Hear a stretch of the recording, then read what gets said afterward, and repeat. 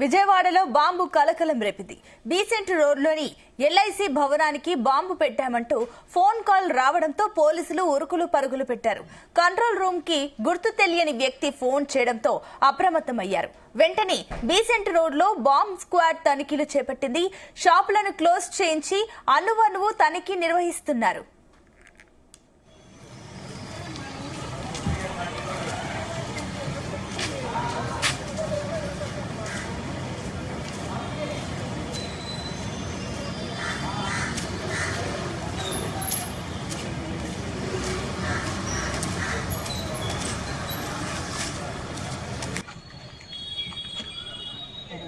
Right.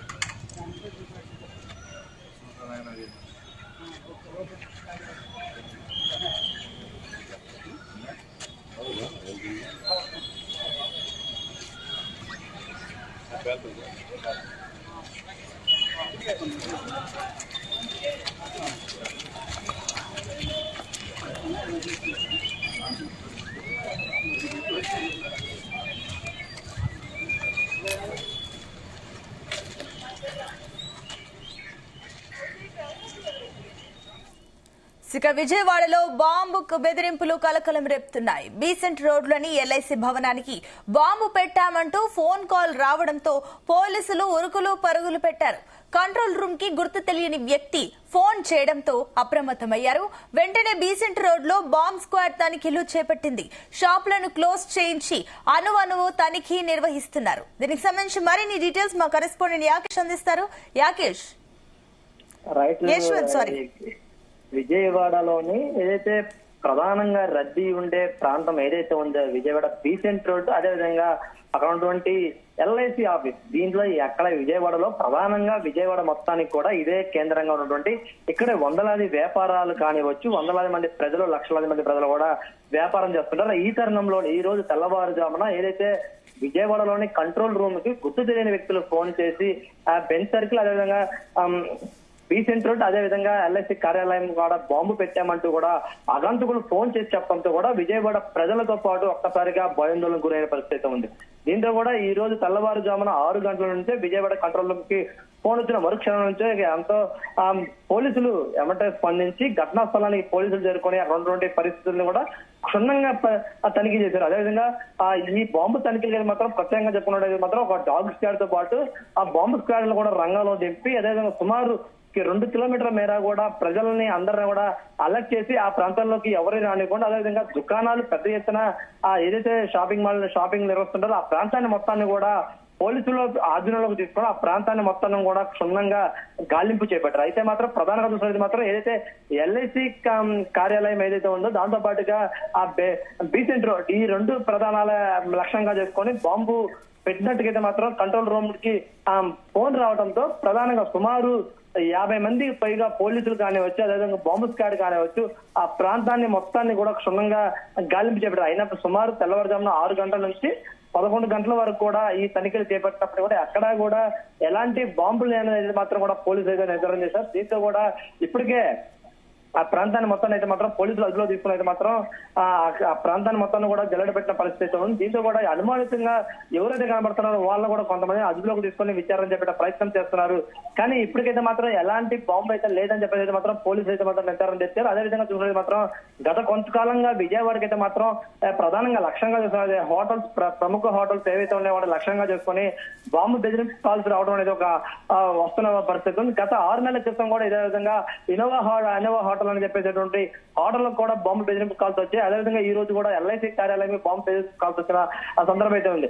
గత కొన్న రోజుల క్రితం అయితే చూసుకున్నది ప్రధానంగా మనకి ఏదైతే ఉగ్ర నేపథ్యం ఉన్నటువంటి కొంతమంది విద్యార్థులను కూడా ఆ పోలీసులు అదుపులో తీసుకుని విచారణ చేస్తున్న పరిస్థితి ఉంది. వాళ్ళ కదలికలు ఏమన్నా విజయవాడ పట్టణ వైపు ఉన్నానే విచారణలో కూడా ఇప్పుడైతే మాత్రం ప్రధానంగా విచారణ చేస్తున్న పరిస్థితి ఉంది.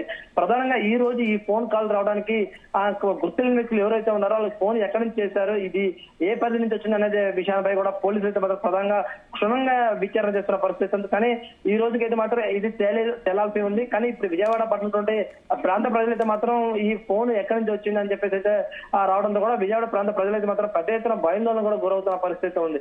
కానీ ఈ బాంబు సంబంధించిన ఏదైతే ఉందో దీని అయితే మాత్రం పోలీసులు ఒక ప్రతిష్టాత్మకంగా తీసుకొని విచారణ అయితే చేపడుతున్నారు. ఇప్పటికైతే మాత్రం విజయవాడలో బాంబులు అనేది మాత్రం అయితే పోలీసులు గుర్తించిన పరిస్థితి కూడా ఉంది అనుష. అయితే యశ్వంత్, మరోపక్క చూసుకున్నట్లయితే గత కొన్ని రోజులకి ఇలాంటి బాంబు బెదిరింపు కాల్స్ వస్తూనే ఉన్నాయి కాబట్టి ఏంటి అసలు దీనికి గల కారణాలు ఏంటి? పోలీసులు దీనికి సంబంధించిన డీటెయిల్స్ చెప్పారా? రైట్ అనుష, గత కొన్నాళ్ళ నుంచి చూస్తే మనకు సుమారు ఒక 2-3 నెలల వ్యవధిలోనే విజయవాడలో ఉన్నటువంటి ప్రముఖ హోటల్స్ ఏవైతే ఉన్నాయో వాటికి సంబంధించి వాటిలో కూడా బాంబులు ఉన్నాయని చెప్పేసి అయితే మాత్రం ఫోన్లు వచ్చాయి. దాన్ని కూడా ఆ రోజు కూడా విజయవాడ ప్రాంత ప్రజలు పెద్ద భయాందోళనకు గురయ్యారు. హోటల్ ఉన్నటువంటి ప్రజలను కూడా బయటికి పంపించి హోటల్ కూడా తనిఖీలు చేసిన పరిస్థితి ఉంది.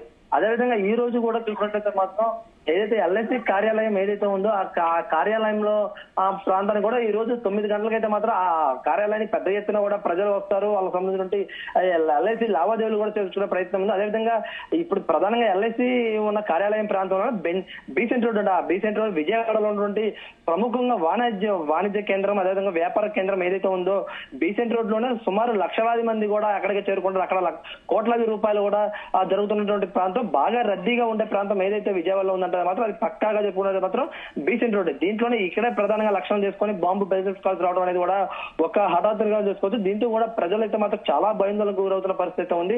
ఈ బాంబు కాల్స్ వెనకాల ఎవరు ఉన్నారు, వాళ్ళకి కాల్స్ ఎక్కడి నుంచి వస్తున్నాయని చెప్పే విధంగా కూడా విజయవాడ సిపి రాజశేఖర్ బాబు కూడా ప్రత్యేకంగా శ్రద్ధ చూపిస్తారు. ఈ కాల్స్ ఎక్కడి నుంచి వస్తున్నాయని చెప్పి కూడా ఒక ప్రత్యేక బృందాన్ని అయితే ఏర్పాటు చేశారు. ఈ కాల్స్ ఇంటెలిజెన్స్ ఏ టెక్నాలజీ కూడా వినియోగించుకొని కూడా ఈ బాంబుని కాల్స్ ని కూడా గుర్తించే ప్రయత్నం అయితే చేస్తున్నారు.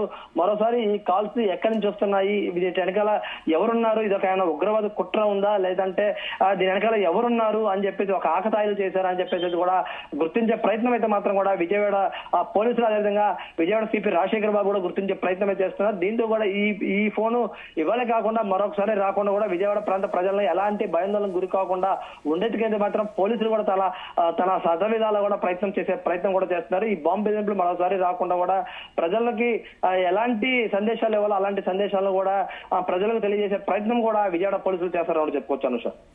రైట్ యశ్వంత్.